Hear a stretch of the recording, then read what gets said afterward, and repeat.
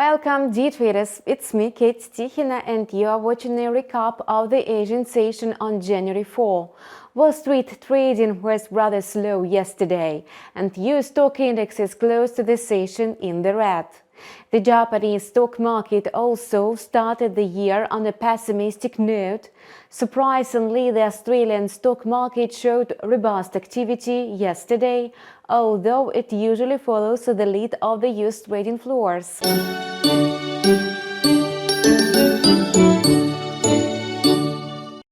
It seems that investors in Australia and New Zealand have more optimistic expectations of the US Federal Reserve than those in the United States. Now all the focus is on the Fed meeting minutes that will be published later in the day. The document may reveal how far the regulator is ready to go. At the start of the year, fears of a recession in the United States are growing. Perhaps these worries were fueled by the comments made by some Fed officials. For example, former Fed Chair Alan Greenspan said a recession is the most likely outcome for the world's biggest economy. In addition, former president of the Federal Reserve Bank of New York, William Dudley, also thinks that a recession is approaching. In its continuing battle against red-hot inflation, the US Central Bank is ready to sacrifice the country's economy and the labor market. Over the past year, the regulator has raised the rate to the level of 4.25%. All of these rate hikes have already been priced in by the markets, and now investors are waiting to get new signals from the upcoming economic reports and FOMC meeting minutes. In less than a month, on February 1st, the Fed will hold its next policy meeting. According to the CME FedWatch tool, almost 69% of investors expect the central bank to lift the rate by 0.25%. The remaining 31% see a rise of a half a percentage point. The state of the US dollar will depend on how long the Federal Open Market Committee will be raising rates in 2023. In the first 9 months of the last year, the greenback showed a spectacular bullish rally supported by the Fed's aggressive monetary tightening. However, after hitting its 20-year high in September, the US dollar lost almost 50% of its gains by the year end.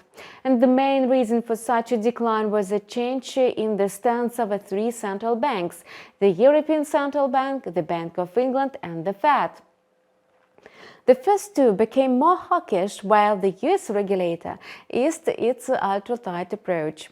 The US dollar opened the year on a rise, but then it entered the consolidation phase. In the morning trade on Wednesday, the greenback was trading in the narrow range of 104.10 and 104.60 against the basket of 6 major currencies. This can be a temporary slowdown. At the same time, the US currency may face a larger sell-off amid a slower pace of rate hikes and a threat of a recession in the United States. This is exactly what happened in the Asian trade today, and the US dollar index is mainly trading below yesterday's close at 104.50, even before the US macroeconomic data and the Fed minutes are out. After reaching a 2-week high of 104.90, the greenback dropped to the level of 104.20 on Wednesday. While the situation with the US dollar is not certain yet, its Asian counterpart, the Japanese yen, opened the session with gains. Apart from a weaker dollar, the yen has benefited from the positive news from Japan. At the same time, Bank of Japan's Governor Haruhiko Kuroda has recently made another statement where he dismissed the chance of abolishing ultra-loose monetary policy in the near term. Commenting on lifting the cap on the government bond yields, Kuroda said that this is definitely not a step toward an exit. Yet the foreign exchange market took notice of another important event. On Tuesday evening, Japan's Prime Minister Fumio Kishida said that the government would discuss the need to adjust monetary policy with the next Bank of Japan governor, who will succeed Haruhiko Kuroda. And the current governor's term of office expires on April 8, and a new approach to monetary policy may change the situation and support the yen. The next meeting of the Japanese regulator will take place on January 18. So far, the outlook for the Japanese yen remains positive, while the US dollar may depreciate in the face of a recession. The Japanese economy is set to expand steadily this year thanks to favorable monetary conditions, according to Haruhiko Kuroda. Therefore, some investors may prefer the yen to the US dollar, especially when the Fed chair warns about a possible economic downturn in the United States. Over the past few days, the yen has advanced by more than 2% against the greenback and was trading at 130.20 on a Wednesday morning. The trajectory of the yen suggested that traders anticipate a more hawkish outcome of the next Bank of Japan meeting. In the course of the Asian session, the dollar-yen pair was trading in the range between 129.90 and 131.50. Despite being sensitive to the risk sentiment and the situation in China, the Australian dollar has also strengthened against its American counterpart. The Aussie has gained ground and recouped part of its losses from yesterday. On a Wednesday morning, the pair headed upwards and reached the level of 0.6872. However, risk sentiment remains subdued. It seems that the Aussie is mainly driven by weak demand for the US dollar. In general, at the start of the new year, markets are still focused on the scale of a potential recession in the United States, just as it was at the end of 2022.